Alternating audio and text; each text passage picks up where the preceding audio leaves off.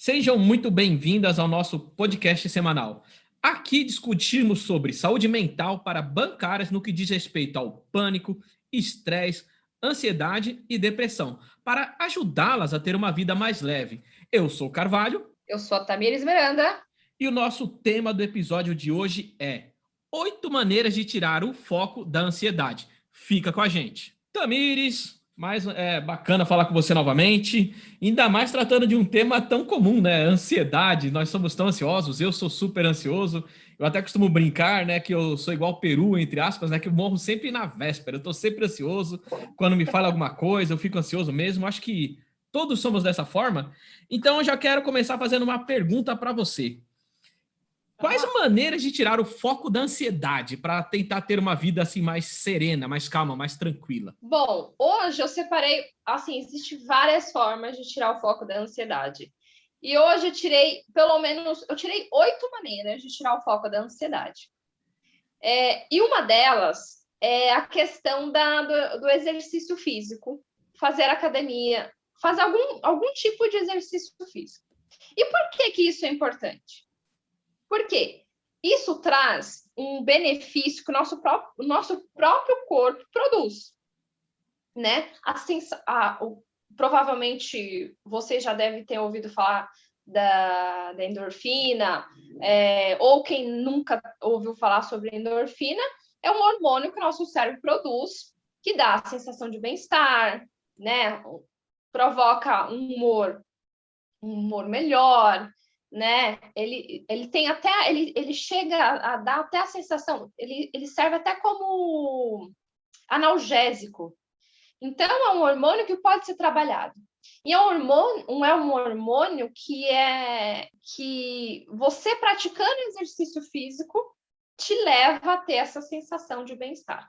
Hoje, é muito comum qualquer profissional da área da saúde mental, tanto o psiquiatra como o psicólogo, terapeuta, ou, enfim, profissionais dessas áreas, enfim, recomendar, né, prescrever até exercício físico.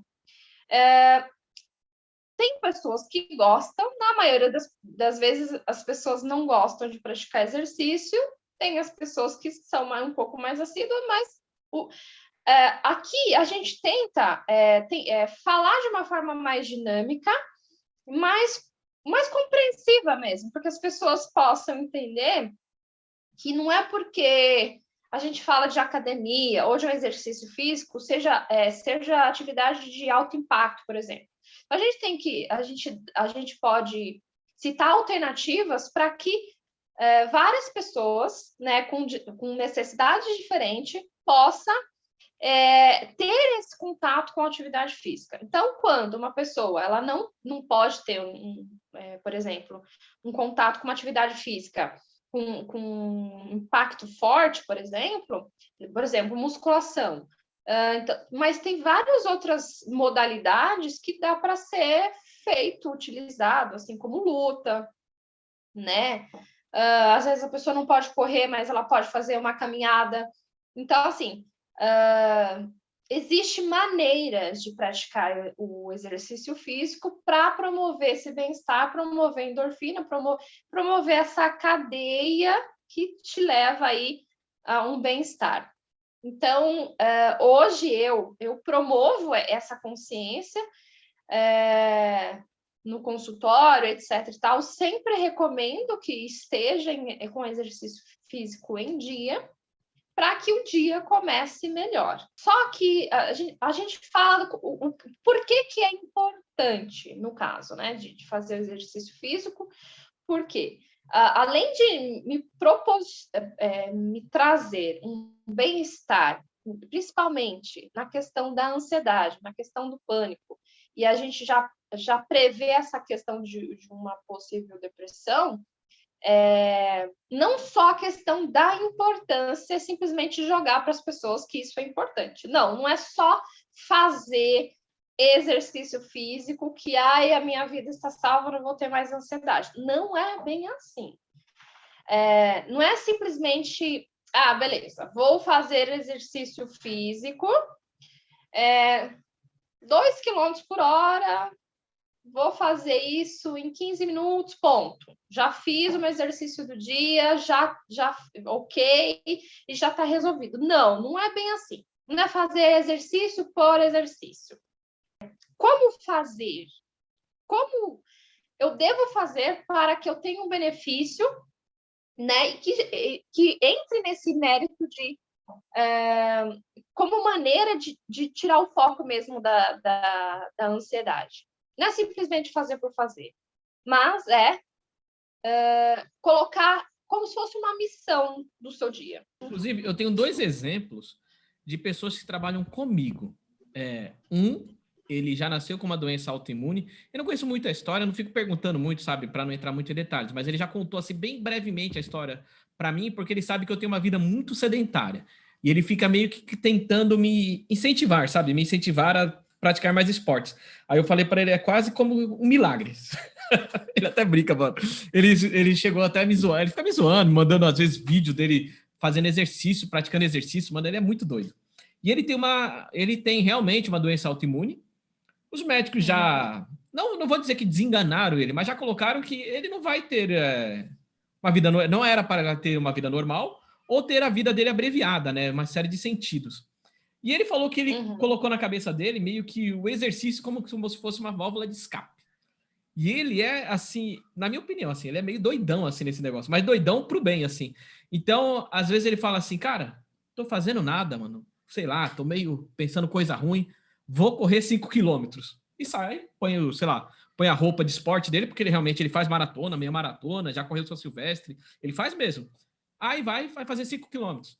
De repente ele fala, meu, sei lá, amanheci o dia meio triste, sabe, problemas, pandemia, tudo isso. E ele vai lá, vou correr mais 20 quilômetros. Ele é muito assim. E fora ele, eu tenho outro rapaz que trabalhou. Esse era mais próximo comigo. Realmente era mais próximo comigo. Eu até tenho ele aqui no meu WhatsApp, brinco com ele sempre. E ele falou que realmente ele tem um histórico realmente de depressão, que ele chegou a tomar muitos remédios contra a depressão, chegou a se tratar realmente, mas ele conseguiu um tratamento melhor do que isso, que também foi através dos esportes. E ele é realmente assim do estilo esportista mesmo, também os dois, ambos, mas até uma briga boa os dois para saber quem é mais esportista. E ele da mesma forma. Então ele faz academia praticamente todo dia. Quando ele não está fazendo academia, ele está correndo. Quando ele não está correndo, ele está, sabe, fazendo pedalando. Realmente, ele fala que isso é quase como se fosse uma terapia para ele. Ele até estava, durante essa pandemia, principalmente no início, ele estava falando que ele não estava conseguindo ir para as academias porque estava fechada, e ele comentou que realmente ele acaba fazendo exercícios em casa, sabe? Flexão de braço, abdominais. Loucura, loucura. Não sei como que isso tem a ver, não sei se isso é também um sinal, um tratamento, não sei como você está comentando. Sim. Eu tem paciente, por exemplo, que não entrou num processo medicamentoso, mas eu costumo falar que se não tivesse aquela missão, aquele propósito de ir para a academia, fazer o crossfit todos os dias, a pessoa já teria entrado num estado medicamentoso mais crônico há muito tempo. Então, eu costumo dizer, sim, que a academia, exercício físico é um processo terapêutico, né? Porque quando a pessoa está no ambiente, por exemplo, uma academia, um crossfit, fazendo um esporte, um exercício físico, ela traz os pensamentos dela para o agora, para o que ela se propôs a fazer. Então, se ela vai ficar 1 hora e meia ali, é muito difícil pessoas que estão naquele ambiente ficar pensando no que vai fazer, no que deixou de fazer, e traz para o agora, né? Muitas vezes a pessoa chega desmotivada, não queria estar ali, mas quando ela sai daquele ciclo, daquele exercício, ela sai com uma motivação. Ela entra de um jeito e sai de outro. Então, vamos imaginar que ela começa o dia fazendo exercício físico, ela já começa o dia bem, motivada. Então, a probabilidade do dia dela ser mais produtivo, ser com um bom humor. E, obviamente, acaba sendo um ciclo, né? Uma coisa leva a outra. Se eu começo o meu dia bem, produzo bem, e eu trato bem as pessoas com um humor diferente, obviamente, essas coisas retornam para você. Então, hoje, sem sombra de dúvida, o exercício físico está mais do que comprovado de que é muito importante para a saúde mental, né? Trazendo para o agora, mas como que eu devo fazer esse exercício físico? Porque não é só simplesmente estou fazendo exercício físico. Eu vou lá, fico 10 minutos na esteira e de qualquer jeito. Não é bem assim. Tem um propósito por estar ali. É quase uma missão. Eu não vou estar lá por estar lá. Eu vou colocar vamos imaginar uma pessoa que está muito sedentária, vamos começar aí, eu vou fazer 3 quilômetros em 20 minutos. Por quê? O que significa isso? Que ela colocou como algo a ser conquistado naquele dia, e ela conquista aquilo, né, naquele dia. Então, ela já se beneficia de algo positivo e ela mesma é como se fosse um troféu, uma satisfação de que no final ela teve uma missão cumprida. Mas assim, propôs a fazer 3 quilômetros em 20 minutos, eu só estou dando uma sugestão, porque tem pessoas que conseguem fazer 5 quilômetros em 30 minutos, ok, perfeito, né? Mas vamos imaginar a pessoa que está começando, vamos colocar aí, sei lá, 3 quilômetros em 20 minutos, e quando ela cumpre aquele propósito, tem uma meta a ser atingida no sentido, e no final ela se sente gratificada porque ela conseguiu concluir, né, algo naquele dia, né? E quem tem crise de ansiedade muito difícil consegue concluir muitas coisas. E só o fato de você começar o dia já concluindo uma coisa e você já reafirmou para você que você foi capaz e que aquele exercício físico, além de ter demonstrado para você que você é capaz, ele por si só ele te dá motivação, né? Porque a gente fala de 2 tipos de ansiedade: a ansiedade que te faz sair da cama para fazer as coisas de forma saudável, a ansiedade que é aquela que te paralisa, né? Então, a gente é trabalhado das duas formas. Eu sou saudável, faço exercício físico, melhor ainda, porque faz por prevenção. Mas vamos imaginar aqui que a gente está falando com pessoas, além da prevenção, pessoas que já estão com crise de pânico, crise de ansiedade, num processo de quase depressão. Então, no processo, isso é muito importante, né? Porque quando a pessoa está no processo medicamentoso, não é porque ela está no processo medicamentoso que o remédio vai dar conta, né? Então, o exercício vem como algo, talvez paliativo, vamos entender assim, talvez, enfim, mas algo para agregar, para ajudar, para estimular. E eu costumo dizer o seguinte: tá desmotivado, não gosta de fazer isso, vai da mesma forma. Pensa que toda vez quando você for fazer exercício físico, você não está motivado, pensa que isso é normal. Que a partir do momento que você colocar a roupa e você chegar lá na academia ou onde você faça o seu exercício físico, depois disso você vai sair outra pessoa. E geralmente eu costumo falar isso. Simplesmente põe a roupa e vai. Depois você vai ter benefícios sobre isso. Então, a segunda maneira de tirar o foco da ansiedade é a meditação, né? Hoje, os terapeutas, psicólogos, todo mundo também já prescrita isso como algo muito necessário para quem tem ansiedade, crise de ansiedade, de pânico, enfim. Por quê?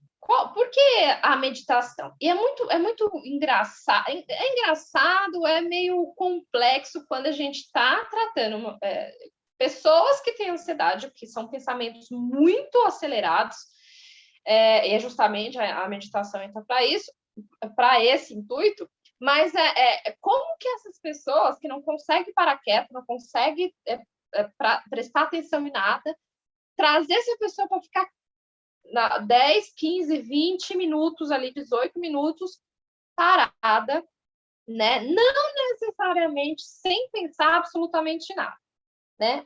As pessoas que passam por crise de ansiedade vão falar, não consigo. Mas já está mais do que comprovado também que quem é ansioso deve fazer meditação.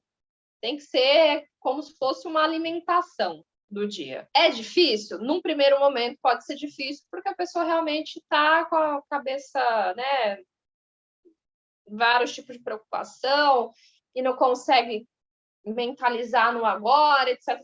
Mas por que é importante a meditação? É trazer, né, a sujeita que está lá cheia de paranoias, questões na cabeça, preocupações, medos, receios, puxar essa pessoa para o agora, para esquecer essas preocupações, porque quem é muito ansioso, quem é muito ansiosa, tem muito essa questão de futuro. Futuro, futuro, futuro. Muitas preocupações, e preocupações que não vai dar certo, que ela não vai dar conta, muitos receios, muitos medos. São medos catastróficos que a gente costuma falar. Nossa, parece que vai acontecer, o mundo vai acabar. Sabe essa sensação só de futuro, futuro, futuro? E ela esquece do agora. Ela esquece de ser feliz no agora e só projeta a felicidade dela no futuro. Então, ou seja, ela nunca vai ser feliz. Então, vamos imaginar que a pessoa viveu 50 anos sempre projetando no futuro, ou seja, ela deixou de viver 50 anos felizes projetando no depois e ela vai ser feliz só depois que morrer. E aí não tem coerência. Então, a meditação é trazer essa indivídua para o agora, para pensar no agora, no que eu posso enxergar aqui ao meu redor. Porque quem tem ansiedade, ela não percebe o que acontece no seu ao redor. Parece que ela está ali e o mundo está girando ao redor dela, ela não percebe. E engraçado, parece que a nossa respiração ela é feita de forma automática, ela é automática. Mas a gente respira errado, porque a gente está ali correndo o tempo todo, pensando em muitas coisas, a gente esquece de respirar, então a gente respira de forma errada. E a meditação, além de te trazer para o agora, que ela tem esse poder, né?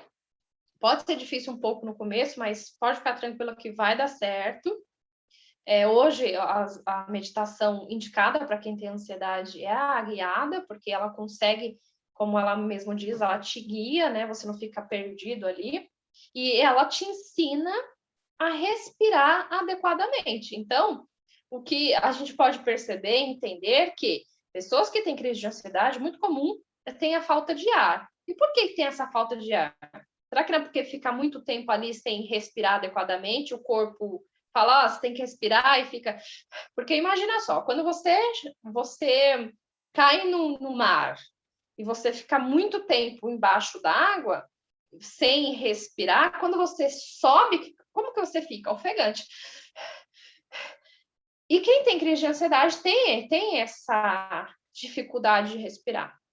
Então, ela te traz para agora, e agora, além de você se dar conta onde você está naquele momento, na sua casa, ou numa praia, ou algum lugar que você na natureza, em qualquer lugar, você começa a perceber o seu ambiente, você começa a perceber e dar valor àquilo no seu redor que você não prestava atenção antes. E a respiração vem como uma ferramenta muito importante para a questão de tirar o foco da ansiedade. E como? E como fazer esse processo de meditação guiada? E como respirar adequadamente? Bom, a gente respira totalmente errado.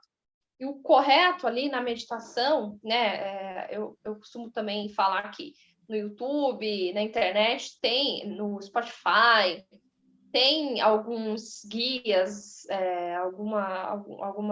algumas pessoas que ensina a meditação, que ajuda, que auxilia as pessoas na meditação e que ensina também como respirar. Mas eu vou dar aqui exemplo de como respirar, até mesmo nas crises de ansiedade, tá? Então, vamos imaginar que entramos no processo de meditação, que é algo muito simples, que a gente tende o correto é o seguinte: eu vou respirar pelo nariz até 3, de forma amorosa, de forma tranquila, seguro 3 e solto 6. Então, eu inspiro 3, seguro 3 e solto 6. Isso eu vou fazendo. Vou contar 1, 2, 3, 4. Então, vou fazer.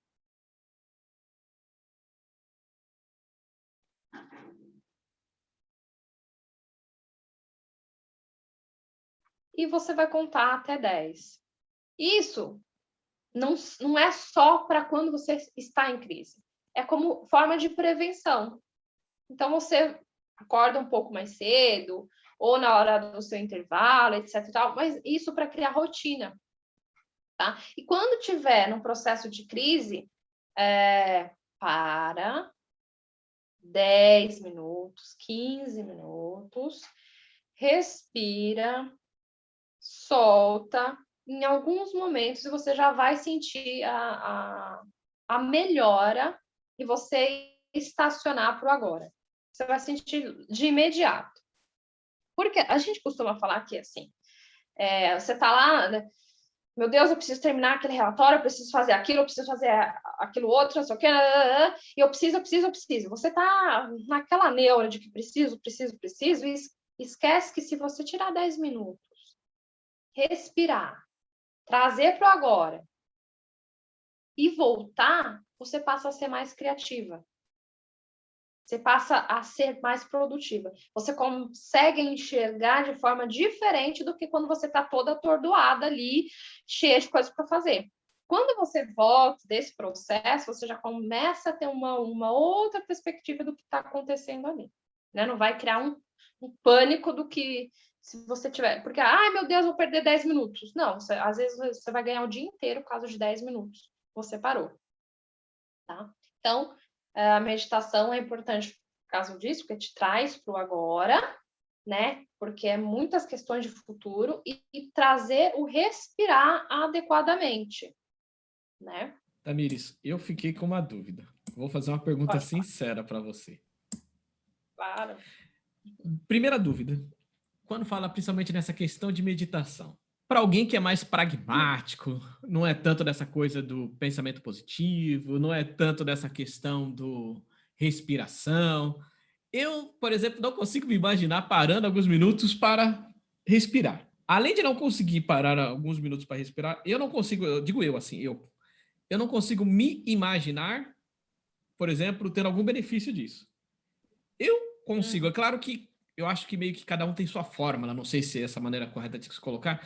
Eu, por exemplo, eu tenho uma maneira meio que, às vezes, eu acho que eu até comentei com você em alguma outra oportunidade, às vezes eu me desligo, sabe? Vou tomar um café, simplesmente paro, pego um livro que está do meu lado, simplesmente estou focado numa coisa, simplesmente vou lá, desinvesto e vou fazer outra completamente diferente, e depois eu volto para fazer aquilo, depois eu vou lá e desligo de novo, meio que eu abro uma gavetinha, vou lá, puxo alguma coisa, vou fazer alguma coisa, depois eu fecho, abro outra, depois eu fecho, abro. Eu consigo muito fazer essas coisas. E como que eu falaria também? Essa é a primeira. A segunda questão é... Porque me veio muito isso na cabeça. Como que eu falaria sobre meditação, sobre esses exercícios de respiração com alguém que já é mais focada, mais numa concepção mais religiosa, talvez você até confunda, achando que, não, isso minha religião, vamos colocar entre aspas, não permite, esse tipo de situação. Porque assim, eu conheço muitas pessoas, vamos dizer assim, eu dialogo com várias correntes religiosas, e eu conheço algumas vertentes religiosas que vão colocar aqui isso quase como que, a minha religião não permite. Não, esse negócio de pensamento, de meditação, isso foge completamente do que eu acredito, do meu Deus, entre aspas, meu Deus, né? Muitas aspas nisso, da minha concepção de pensar. Como que dialogar com esse tipo de pessoa? Nossa, na hora que você veio me falando, Até a pessoa me veio na mente. Até a pessoa me veio na mente. Como eu queria falar com ela? Então, nesse caso, não tem a ver com religião.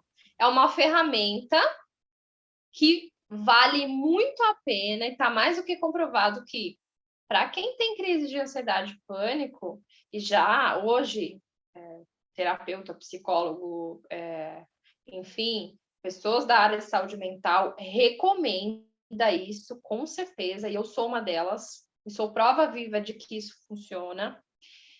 Não tem nada a ver com religião. O simples fato de você parar, ficar minutos sem pensar em nada, não tem nada a ver com religião. A meditação não tem nada a ver com religião.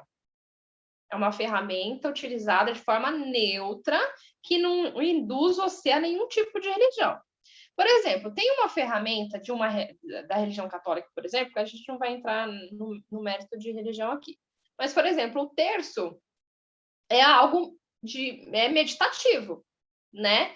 Inclusive, cardiologista, já vi várias palestras eles falando sobre isso, que o terço é algo meditativo que faz muito bem para o coração, porque desacelera. Isso também é como se fosse uma ferramenta de meditação. Mas a gente está falando de uma ferramenta que é laica, não sei se eu posso colocar assim, que ela é extremamente neutra. É só o simples fato de você parar para respirar adequadamente, ou seja a pessoa com religião ou não, ela precisa respirar. E a gente precisa ensinar ela que ela precisa respirar direito. Então, não é eu que estou dizendo, é o que de fato melhora, dá condição melhor para ver, mas não tem nada a ver com religião. Tem a ver com uma ferramenta totalmente neutra que estabiliza aquela crise de ansiedade. Porque também não adianta a pessoa ter crenças que limitam ela continuar com crise de pânico porque ela acha ou porque acha que fulano de tal falou que aquilo não tem a ver com a religião, porque não tá nada a ver. Na verdade, é fantasia da cabeça dela. Na verdade, o programa Não Sinta Sozinha justamente para a necessidade que a gente viu de como essas mulheres necessitam de um olhar diferente para essa doença. Um olhar diferente que eu estou aqui e eu entendo o que você passa. Eu sei o que você passa. Eu sei que dentro de casa você é muito julgada pelos seus amigos, pelos seus familiares. Muitos acham que é frescura. E a gente está aqui justamente para desmistificar e falar, olha, você não está sozinha nessa. A gente está aqui, a gente entende cada vírgula que você passa e para desmistificar essa questão e não se sentir mais mal e sentir mais vergonha. Porque é muito comum um pai vir e falar assim, nossa, mas você está numa profissão boa, nossa, mas você está estressada por quê? Nossa, por que você está doente? Então, é muito julgamento. Essa pessoa que tem crise de ansiedade, ela já tem muitos julgamentos. E aí vem outras pessoas e julgam ela entra em paranoia. Porque ela já não está entendendo muito bem o que ela está passando e ela é julgada pelas pessoas e se ela se sente sozinha, de verdade. Porque ele realmente é muito mais fácil para quem passa por isso falar do que de fato acontece do que uma pessoa, muitas vezes, leiga no assunto, ignorante, que vai entender. Ela não vai entender, não precisa. O bom seria se ela entendesse, né? O bom seria se a gente trabalhasse a questão do mental de quem tem pessoas com pânico, crise de ansiedade, depressão em casa e mostrar, olha, não é frescura, acontece assim, assim, assim, né? As pessoas se sentem muitas vezes humilhadas, se sentem vulneráveis, se sentem frágil, porque ela não queria estar nessa posição, de forma nenhuma. Não queria estar nessa posição. Então, assim, já pegando o gancho, né, que a gente está falando sobre isso, a terceira maneira de tirar o foco da ansiedade é não se cobrar. Porque é muito comum dessas pessoas, né, dessas mulheres, se cobrar demais. E isso passa a ser uma realidade diária. E ela não percebe. São pensamentos que, você tem que fazer isso, tem que fazer aquilo, tem que fazer tal coisa, tem que pegar filho na escola, tem que fazer, aí tem aquele relatório, e tem muita coisa que ela armazena na cabeça dela para fazer durante o dia, e aí ela não consegue fazer metade, ela se frustra. Então, ela se cobra muito. Nossa, que lixo de ser humano eu sou porque eu não consegui fazer determinadas tarefas. Mas, então, a importância de você olhar, perceber isso, né? De que, por que estou me cobrando? Né? Porque eu coloco tanta coisa na minha cabeça para eu executar e depois eu fico frustrada. Será que é mais alguma coisa que eu poderia deixar, né, para fazer depois? E tudo bem deixar para depois? E eu costumo falar que o correto é quando, por exemplo, aquela louça, não sei se falei em vídeos anteriores, aquela louça, quando vira um monstro na sua vida, significa que não está tudo bem. A partir do momento que aquela louça não é mais um monstro na sua vida, a louça que eu falo é aquela louça que fica te perturbando, te martelando a cabeça. Porque eu preciso lavar, preciso lavar, preciso lavar, preciso lavar. E todos os dias tem louça. Então, esses são monstros que são todos os dias que você fica se cobrando. Porque eu tenho que lavar louça, porque eu tenho que lavar roupa, porque eu tenho que fazer tal coisa. Quando isso não passa a ser um monstro na sua vida, significa que você está entrando num processo ok. Né? Agora, como praticar isso? Como exercitar isso? É tomar para consciência pensamentos que te levam a esses monstros. Por exemplo, você olha para a louça e você se pergunta, enfim, você me domina? Uma louça te domina? Uma roupa suja te domina? Você não para enxergar para si todas essas cobranças? Que pensamentos são esses que fica te induzindo a te punir constantemente, diariamente? Imagina isso por anos. Isso é diariamente. Todos os dias tem. Porque louça tem todos os dias. Roupa tem. Dependendo da família, tem 3, sei lá, tem gente que lava roupa 3 vezes na semana. Será que não dá para mudar isso? Entender esses pensamentos para que te levam a se se punir, né? Então, por que se cobrar tanto? Será que você não seria uma pessoa mais leve se não se cobrasse tanto? Outra maneira de tirar o foco da ansiedade é ser grata. O poder da meditação, a gente já falou, não tem nada a ver com religião, a gente está aqui também para desmistificar essa questão, não tem nada a ver com a religião, é trazer você para uma consciência de gratidão. Por quê? Você começa a enxergar que você, de fato, você tem saúde, que de fato você tem uma família, que de fato você tem um lar, que de fato você tem um cachorrinho que vem abanar um rabo para você para te pedir carinho, você tem filhos maravilhosos, né? Você tem uma profissão, você tem vários motivos para agradecer e ser feliz naquele momento, para te trazer para o agora, para enxergar no agora, o que você é feliz agora. Que você não precisa ficar preocupado tanto com o futuro, que a sua felicidade está lá, sendo que você já vive uma felicidade no agora. Seja por algum motivo ou outro. Então, assim, se fosse colocar no papel tudo que você poderia ser grato, né? De um lado, você coloca tudo que você é grato. O seu lar, a sua família, tudo que eu falei. O seu carro, qualquer coisa que você possa ser grato. Coloca no papel tudo que você pode ser grato. E no outro lado, você coloca no papel o porquê que eu não sou grata. Eu tenho certeza que no lado que eu sou grata, vai ser muito mais, você vai ter muito mais coisas a agradecer. E do lado que você colocou, enfim, que não é grata, muito provavelmente vai ser menos. Logo ali, você já vai ter um olhar diferente perante aquela situação. Porque quem tem crise de ansiedade, ela é muito realmente uns pensamentos muito catastrófico mesmo. Tipo, meu Deus, eu preciso ir atrás da minha felicidade, eu preciso ir atrás disso, eu preciso daquilo, não sei o quê. E ela não respira, ela não se posiciona no que ela pode ser feliz hoje. E o bom da meditação junto é que ela traz a pessoa para agora, ela dá valor para a vida dela. Ela consegue ser feliz, ter momentos mais de alegrias, né? E que a pessoa não se dá conta, né?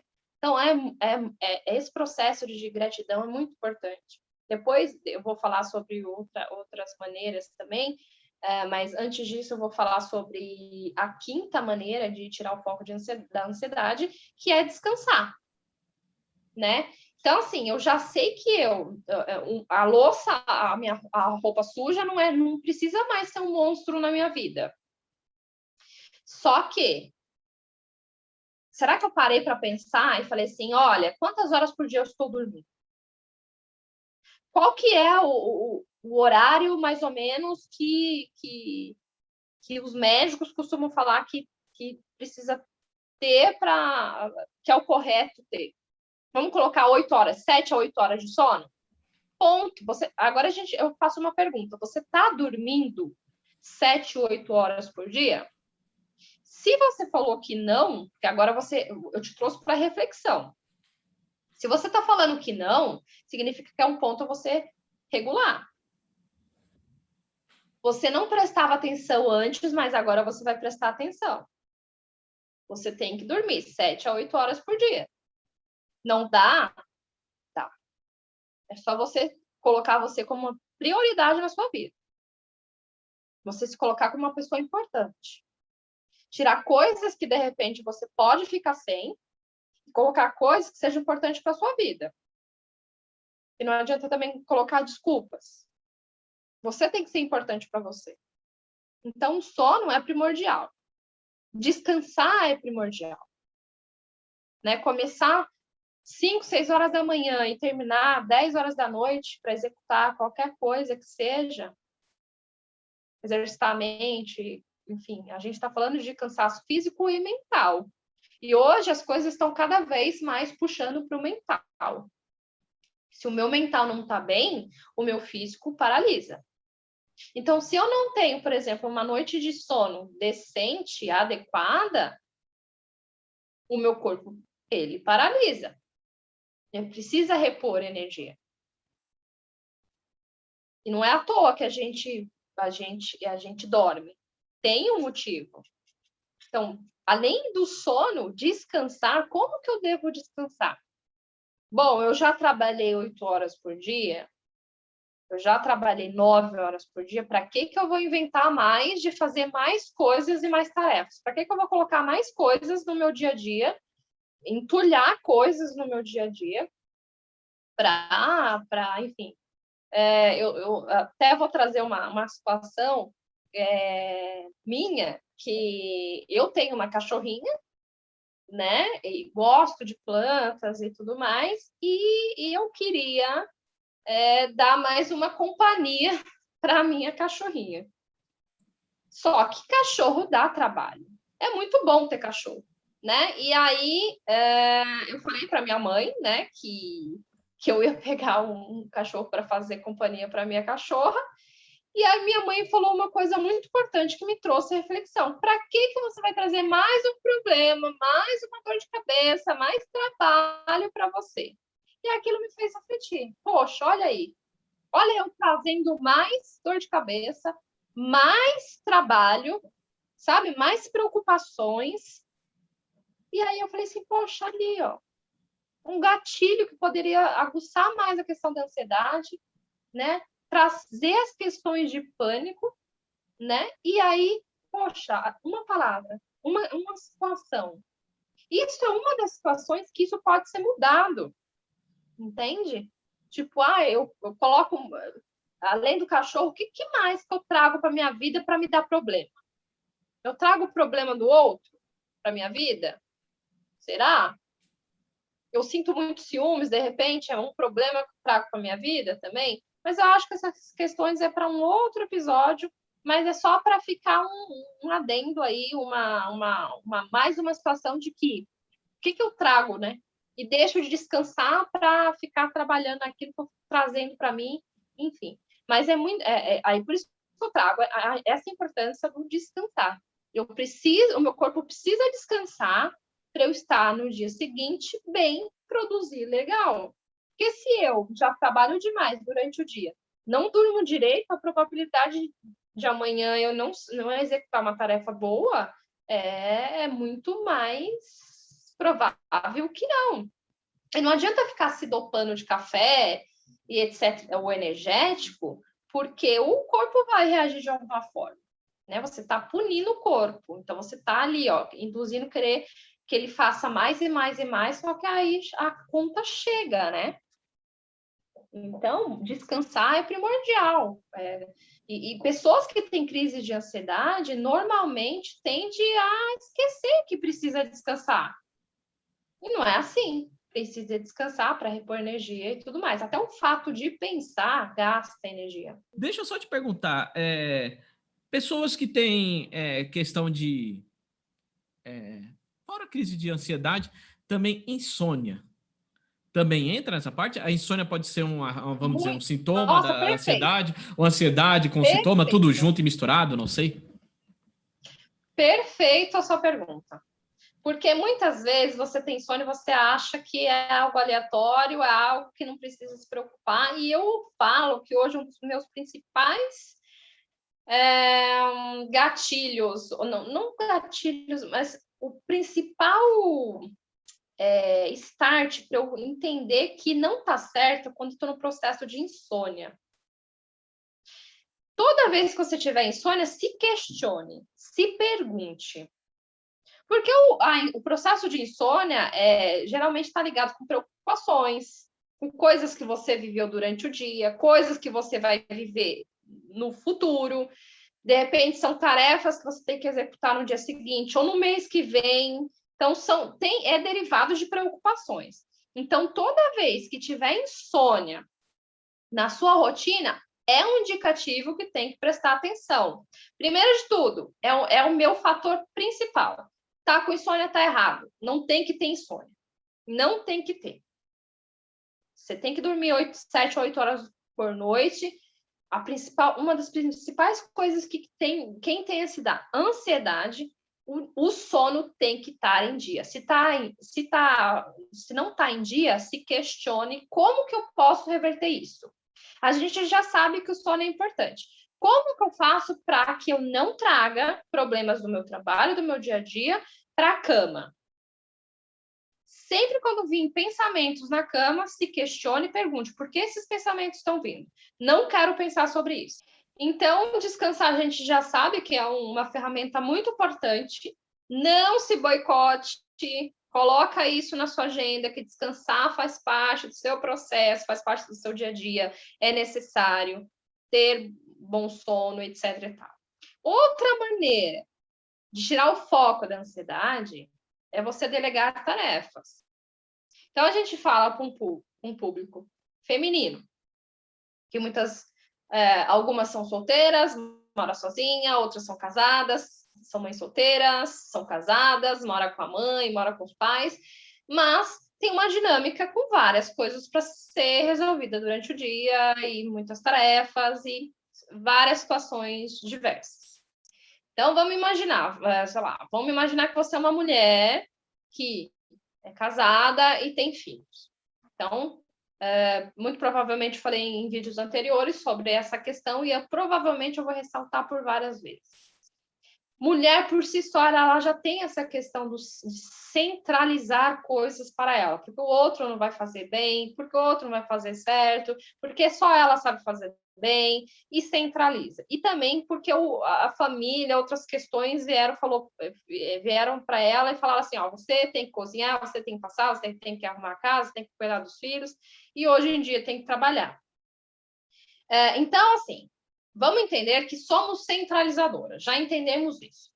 E que isso precisa ser mudado, precisa ser ajustado. Porque se isso não for ajustado, você vai entrar em colapso, você vai adoecer, e o que a gente está querendo falar aqui é que você não chegue nesse patamar, se você está nesse patamar, que você tire coisas, né, e ache maneiras realmente de não entrar em colapso, né, e não tenha mais crise de ansiedade, porque a gente está aqui mapeando gatilhos, entender esses gatilhos que te levam à crise de ansiedade, né? E um deles é o fato da mulher ser centralizadora. Então, delegar tarefas é uma das ferramentas muito importantes para a mulher entender que ela não pode ser centralizadora.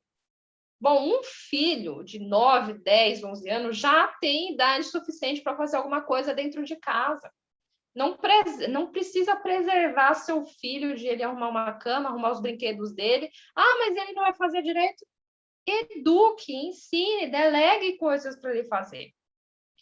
É justo com você tomar tudo para si, adoecer. E se você adoecer, o que vai acontecer também com sua família?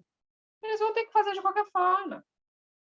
Se você já traz sustento para dentro de casa, trabalha 8 horas por dia, não sei quantas horas, enfim, né?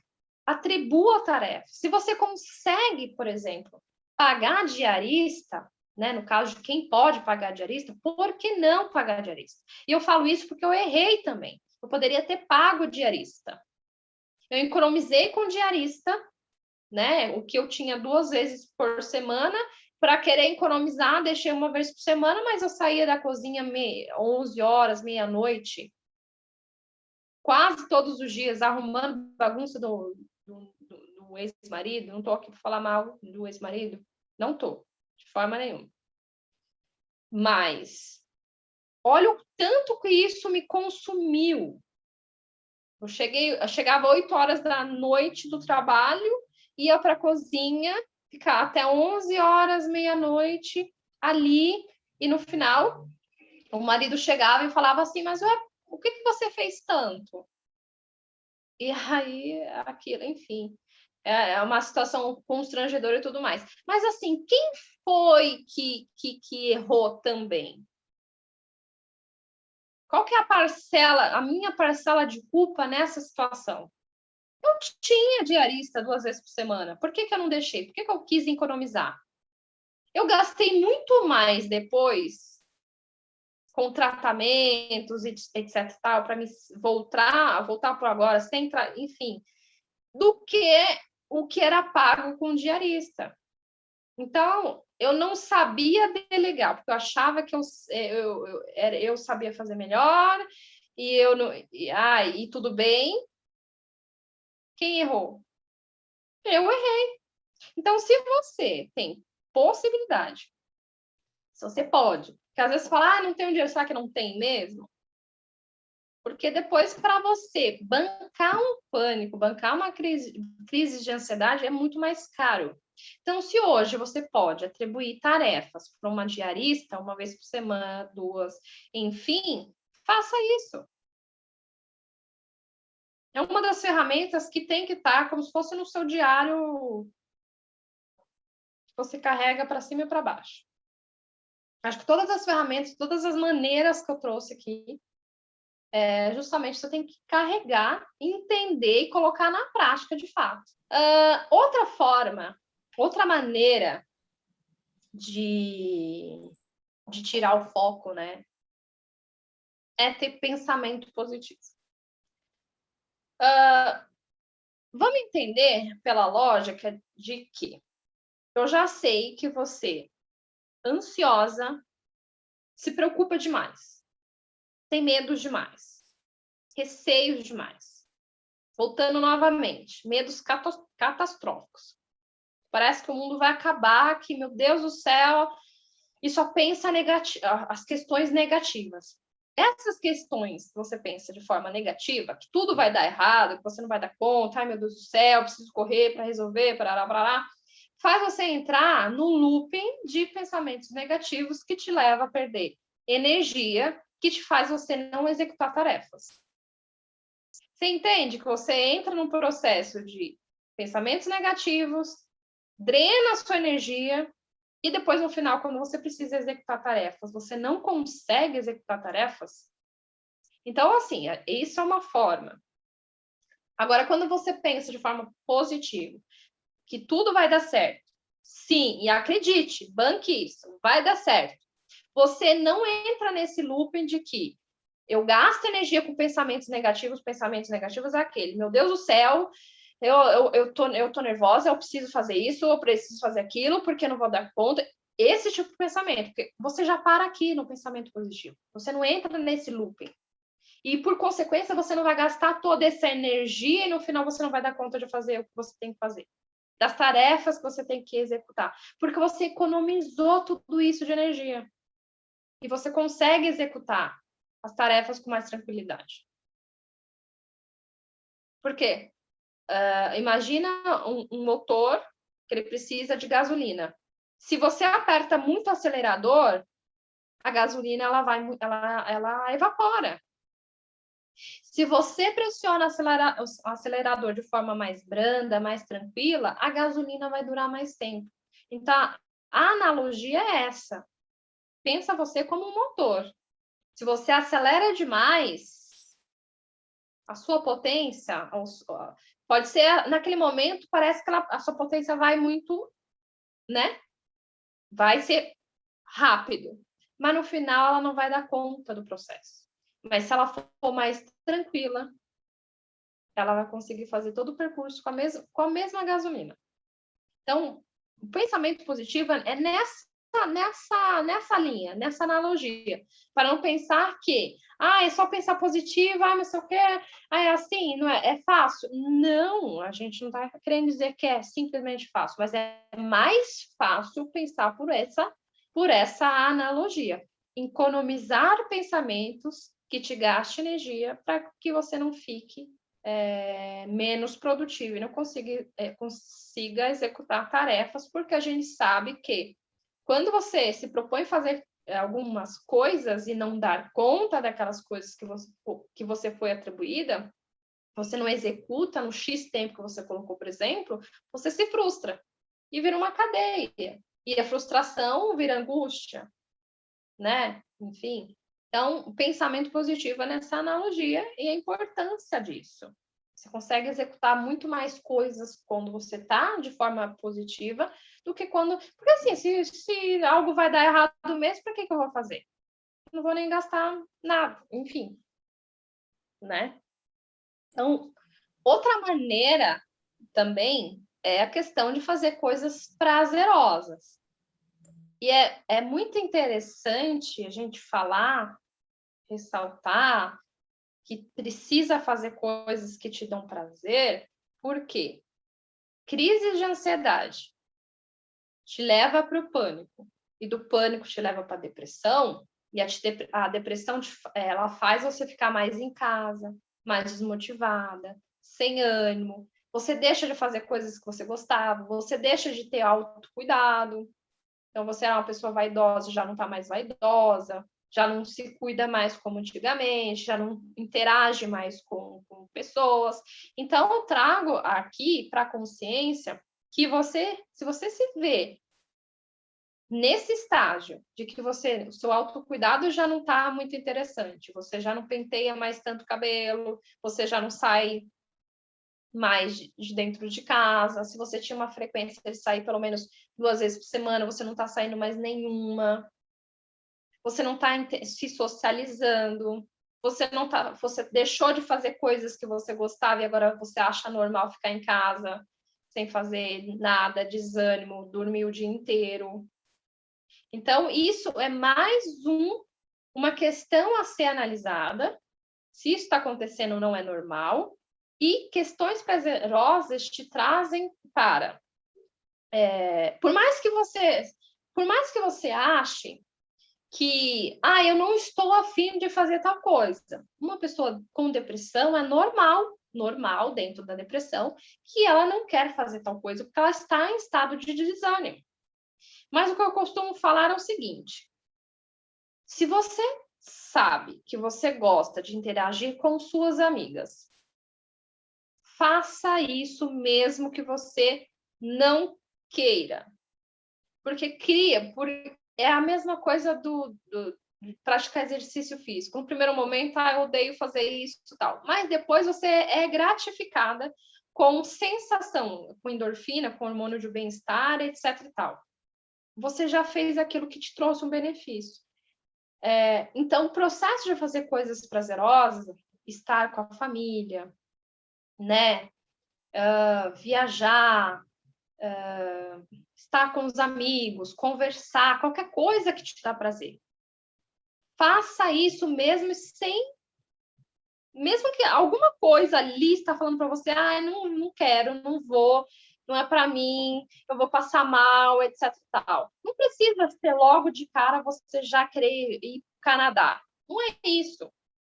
É ir fazendo aos poucos. Porque a gente já sabe que o pânico ele já está ali, ele já é uma linha tênue com a depressão, né? E aqui ninguém está falando também, você tem que levantar da cama, todo mundo já fala isso. De certa forma, mas que vai fazendo aos poucos coisas que te dá prazer. Sim, come uma comida que te dá prazer, faça uma comida que te dá prazer. Uma coisa muito legal, não está muito ligada com a questão da algo prazeroso, mas para mim é um pouco, porque eu gosto de estudar.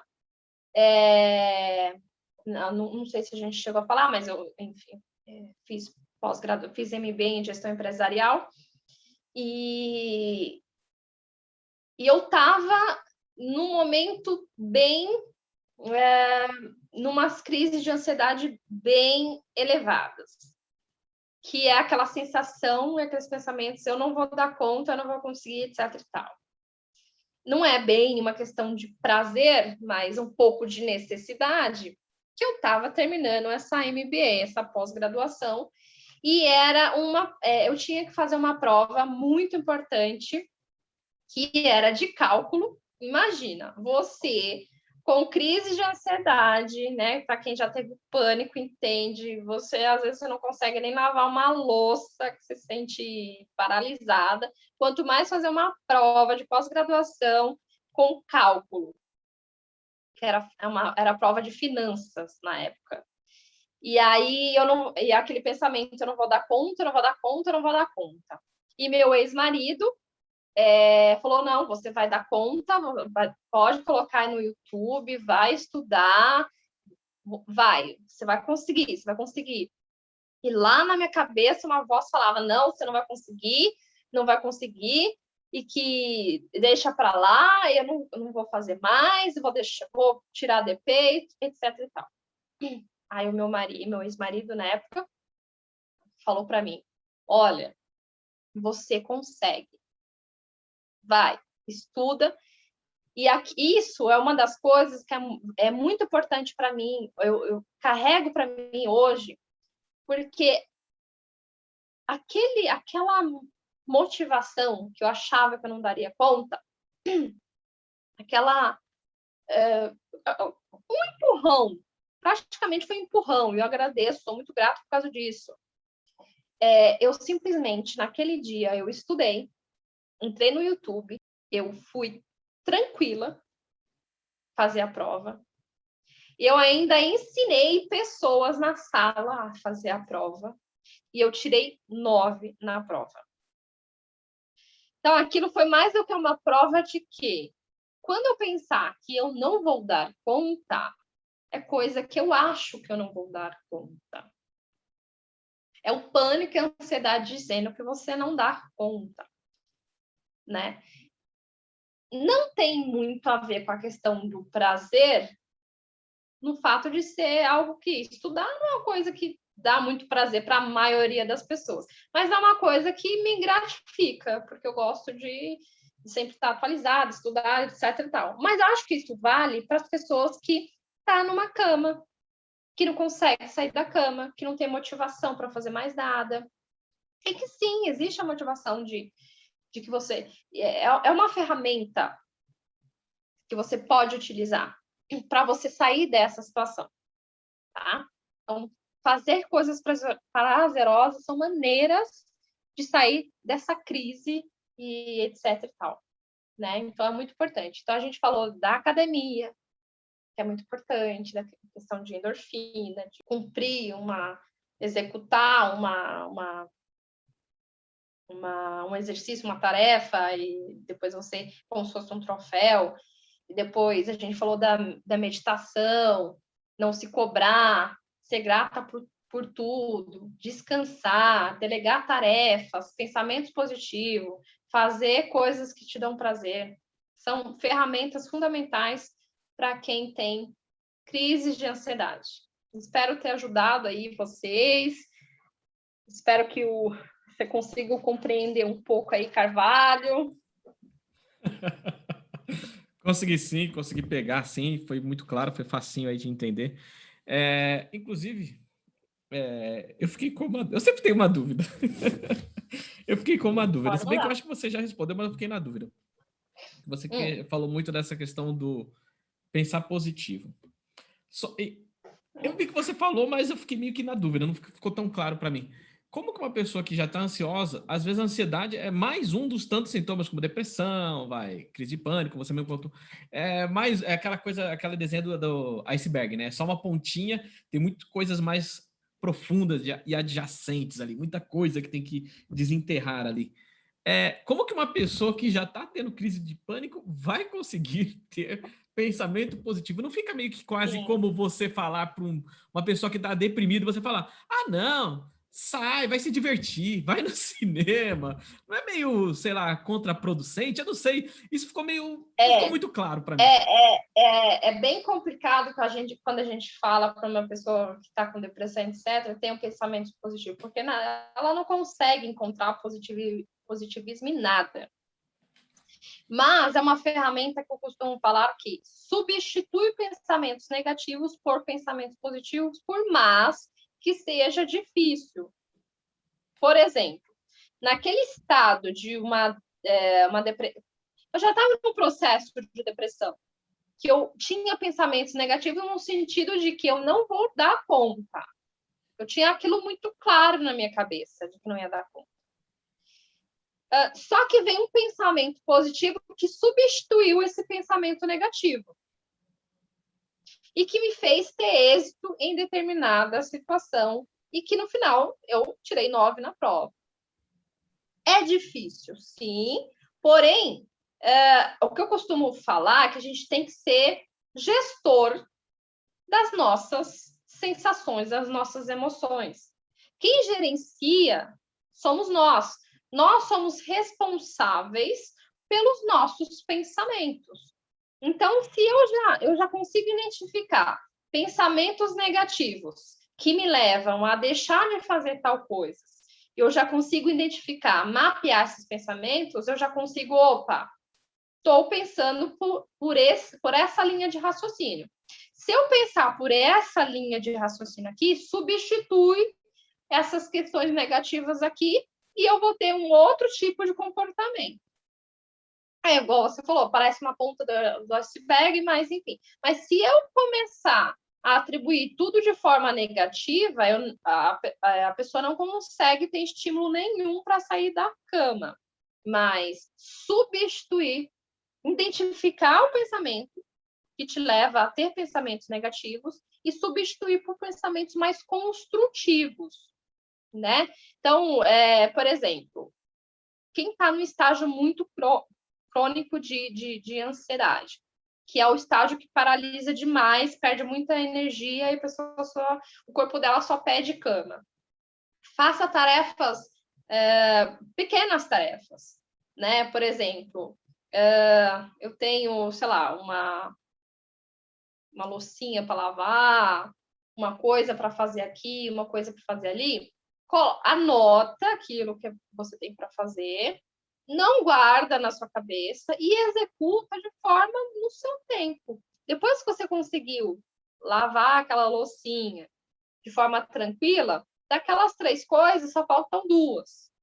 Não, agora eu vou para a próxima, só vou fazer aquela outra.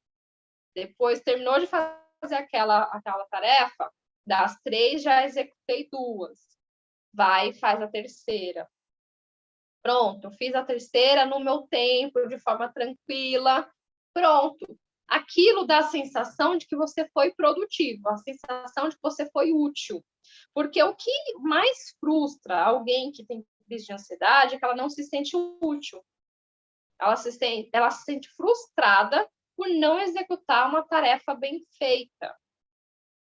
E isso vira uma cadeia de pensamentos negativos, porque ela começa a achar que ela não é uma pessoa produtiva, que ela sempre foi uma pessoa produtiva. Naquele momento, ela está no estágio que ela não é. E vem esses pensamentos.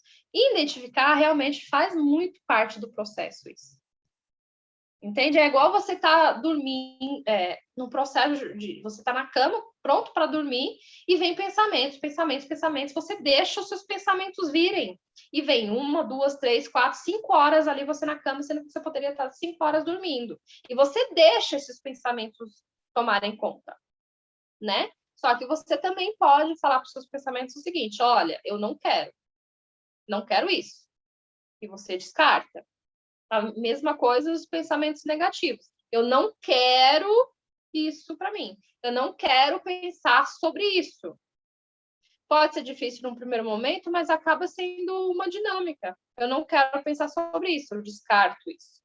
Meninas, se isso fez sentido para vocês, curte, compartilha, pergunta, comenta aqui embaixo o que vocês gostariam de ver nos próximos vídeos, que de fato fez sentido para vocês, porque esse tipo de conteúdo, quanto mais vocês compartilham, comentam, significa que isso faz algum sentido para vocês e pode fazer algum sentido para alguém.